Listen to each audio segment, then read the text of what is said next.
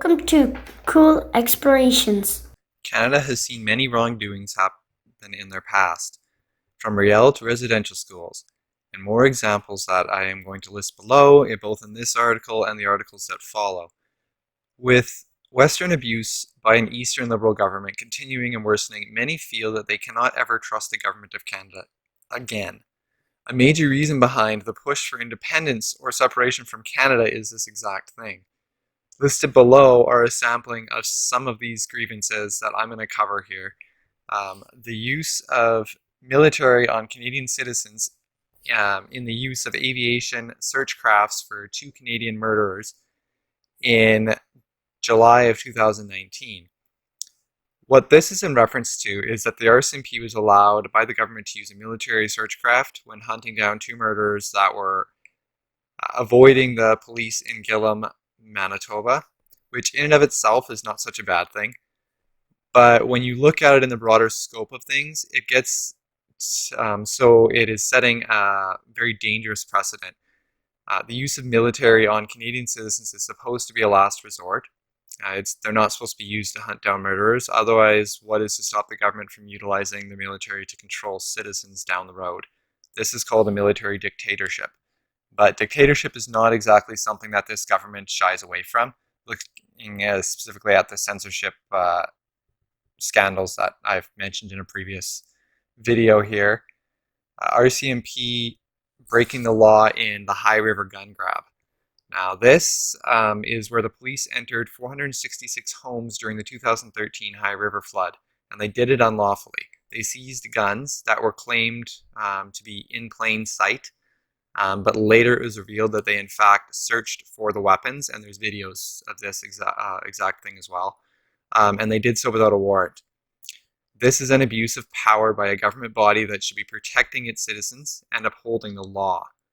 No real inquiry attempt was made until 2019 here. The snc-lavalin scandal. This one really irks me. It's kind of a big one. The large bribes to Libyan officials to obtain a contract worth far more. When they were accused of this, and they claim that they knew nothing about it, and I don't know, that they chose to do nothing, basically. Trudeau chooses to deny it after first saying no wrong was done. The RCMP investigations discovered that this was not the case, as well as the ethics commissioner, who declared wrongdoing as well. Knowing about it really is not the question. He definitely did know about it. There's no way Trudeau couldn't have known about this. Something that should have been the end of Trudeau's career was this exact thing. But no. The East turns a blind eye to these crimes which could have thrown any normal person into prison, but not even an impeachment was done or acknowledged for our drama teaching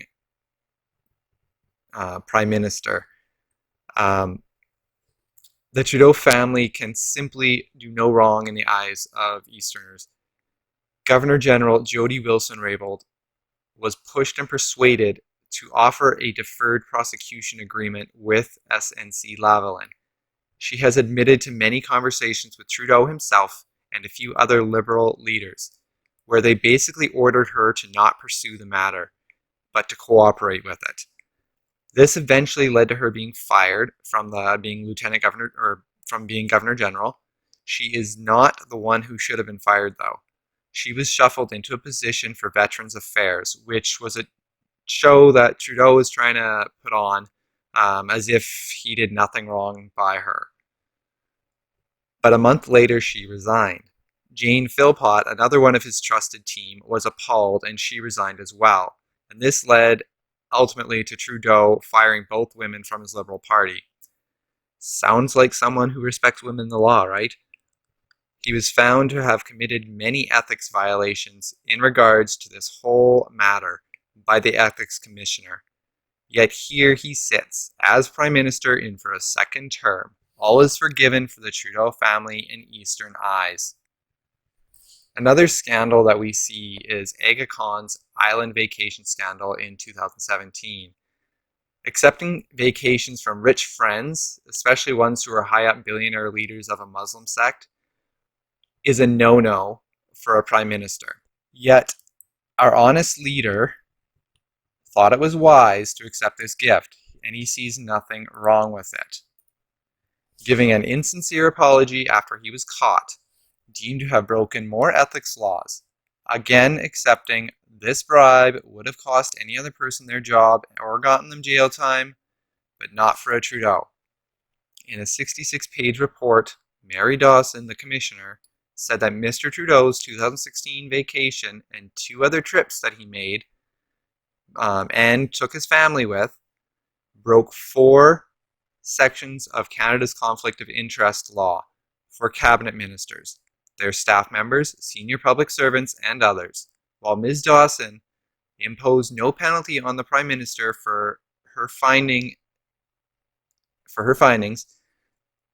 This does take the luster off of Mr. Trudeau's long-standing promise to run a government beyond reproach. This was not only the case of Trudeau accepting bribes and gifts from whom the government later also gives money to their organizations. He's done this time and time again. He's also been accused of being a pedophile while being a teacher and covering it up. In October of 2019 here, Trudeau paid $2.25 million to cover up accusations by a former student about a sexual affair he had with her while she was a student while teaching at West Point Grey Academy, an elite private school.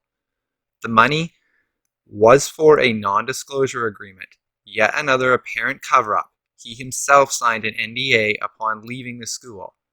Also another sexual accusation. They seem to pile up for Trudeau, making one wonder why this seems to pop up so much for him, especially when his father was such a known philanderer. Then there's the case of the elbow to another MP's breast. This scandal happened in 2016. Trudeau was upset with Conservative MP Gord Brown, so he strode into the group of MPs, grabbing Gord roughly by the arm. In doing so, he also elbowed MP Ruth Ellen Brousseau in the breast, so much so that she winced and cried out in pain, saying it brought tears to her eyes. However, she received many calls blaming her for it, saying it was her fault. Typical blind Eastern mentality, and quite frankly insulting, as they likely would not have said the same thing about a man. Trudeau has apologized in the form of this typical half apology, half excuse nature. He said that while he was reaching for Gord's arm, which by the way he's also not allowed to do, he unintentionally elbowed Ruth. Ruth said it correctly when she stated and asked how he thought it was going to end. When he reached in amongst a huge crowd of people, what did he expect? He was going to end up at least bumping at least one other person. This is yet another case of a breach of parliamentary rules, and basically he blames it on Ruth for being in the way. Truth needs to be brought forward in this. Trudeau needs to take ownership of his actions. This is what a leader does, but sadly Trudeau has already proven time and time again that he is not capable of being a leader. And then there's the case of him groping a female reporter in her early 20s. Back when Trudeau was 28, the reporter told her bosses at the time about it, and they believed her. Trudeau has always claimed to remember no negative interactions from the time of this incident. This allegedly occurred in August of 2000 at a Creston, BC festival. Nothing has been done, once again, due to lack of proof, but considering that this is not the only accusation of this nature, it does make one wonder. And then the last one I'm going to cover in this particular article is the $10.5 million payoff to a known terrorist. That's right, you know what I'm talking about. In 2017, Trudeau and the Liberals paid off known terrorist Omar Khadr a large payment to someone who has knowingly had ties to terrorism, saying that his rights were violated. One could ask then, what about the rights of all Canadians to feel safe in their country and not have to worry about loose immigration screening policies that allow immigration from known terrorist countries. Sadly, this was not the first payout of its kind. Also in 2017, Trudeau used taxpayer dollars once again to pay over $31 million split between 3 men who were wrongfully imprisoned in Syria, claiming that the government of Canada was at fault. What a year. 1 known terrorist is paid off and 3 suspected terrorists get paid off. There is $42 million in tax dollar revenue the country will never see back. Money likely put back into terrorist coffers, spent on killing people, blowing people up, or sneaking more terrorists into our country. Money that could have been spent helping our homeless veterans who apparently are asking for too much. Remember to like and subscribe.